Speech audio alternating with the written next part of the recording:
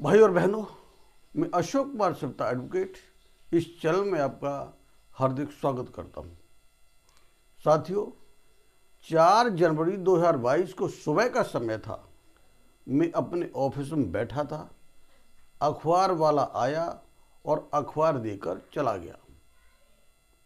मैंने अखबार उठाकर पहला पेज पढ़ा, फिर दूसरे पेज को पढ़ ही रहा था कि निगाह पड़ी एक लेख पर जो लिखा हुआ है अखिलेश वाजपेयी जी का। उस लेख का मेन हेडिंग है, जिस विरोधी को फिरोज व इंदिरा पिलाते थे चाय। हेडिंग बड़ा अच्छा लगा। मैं उसे पढ़ना चाह ही रहा था कि उसी में एक छोटा सा हेडिंग था जिसका नाम था नाई बनाम नेहरू के जमाई। इस हेडिंग को पढ़कर अजीब सा लगा और मैं उस लेख को पढ़ने लगा। वह लेख एक समाजवादी चिंतक के संबंध में है और उनका नाम है नंद किशोर नाई। शायद ही किसी ने इनके बारे में सुना होगा। इनका जन्म उत्तर प्रदेश के उन्नाव जिले के बीघापुर के ओसिया गांव में 4 अक्टूबर 1924 को हुआ था। घर की आर्थिक स्थिति अच्छी न होने के बावजूद भी इनके पिताजी ने इन्हें बहुत अच्छी शिक्षा दिलाई। अखिलेश वाजपेयी के अनुसार नंद किशोर जी प्रख्यात समाजवादी चिंतक डॉक्टर राम मनोहर लोहिया के कई वर्षों तक सचिव रहे थे। डॉक्टर लोहिया ने नंद किशोर जी को 1957 के लोकसभा के चुनाव में पंडित जवाहरलाल नेहरू के दामाद फिरोज गांधी के खिलाफ रायबरेली से प्रत्याशी बना दिया। 1957 में संसदीय चुनाव की नामांकन फीस 500 रुपये हुआ करती थी, जो कि नंद किशोर जी के लिए आसान नहीं थी। फिर भी उन्होंने चंदा करके अपनी फीस जमा कर दी और चुनावी समर में कूद पड़े।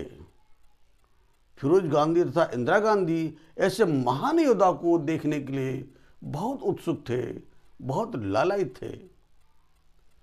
नंद किशोर जी पर्चा दाखिल करके बाहर निकल ही रहे थे कि देखा सामने अपने लोगों के साथ फिरोज गांधी खड़े थे। फिरोज गांधी ने नंद किशोर जी की पीठ थपथपाई और बोले, नंद किशोर जी, आपने प्रचार में मुझसे बाजी मान ली है। नंद किशोर जी ने पूछा, कैसे? फिरोज गांधी ने कहा, आपने चंदा मांगकर जिले के गरीबों को यह संदेश दे दिया है कि आप ही वास्तव में उनके आदमी हो और आप ही उनके प्रतिनिधि होने लायक हो। खैर, नामांकन के बाद फिरोज गांधी का एक आदमी नंद किशोर जी के घर आया और उनका संदेश दिया कि शाम को साहब ने आपको अपने निवास पर बुलाया है। नंद किशोर जी उनके निवास पर गए। वहाँ फिरोज गांधी तथा इंदिरा गांधी ने उनका स्वागत किया, अंदर ले गए। इंदिरा गांधी जी ने स्वयं उनके लिए चाय बनाई और तीनों ने बैठकर साथ साथ चाय पी और ये सिलसिला आगे भी चलता रहा।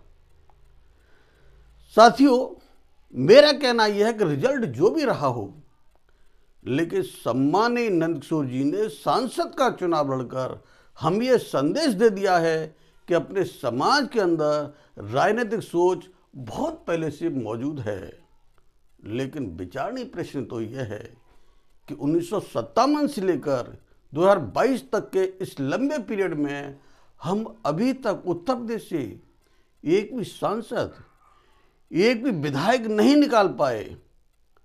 हम नंद किशोर जी को की राजनीतिक सोच तथा विचारधारा को सहेज कर नहीं रख पाए। कहीं ना कहीं हमसे चूक हुई है, कहीं ना कहीं हमसे भूल हुई है, कहीं ना कहीं हमसे गलती जरूर हुई है।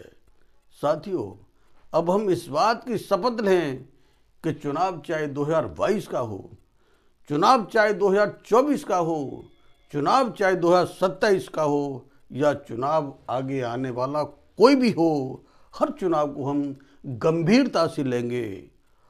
हमें भी अपने समाज के विधायक चाहिए, सांसद चाहिए, मंत्री चाहिए।